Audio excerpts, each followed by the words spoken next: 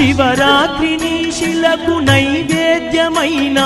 దీపమారా నీక పడిగా పులున్నాను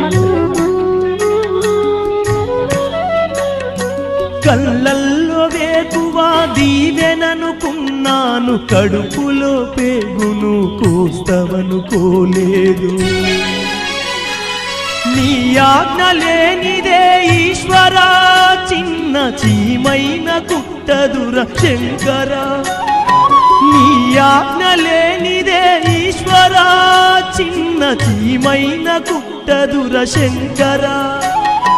ఎందుకని రాశావు ఈ రాతను పూలు రాలిన చెట్టుల నా జన్మను రాతి బొమ్మల్లోన కొలువైన శివుడా రక్తబంధము విలువ నీకు తెలియదురా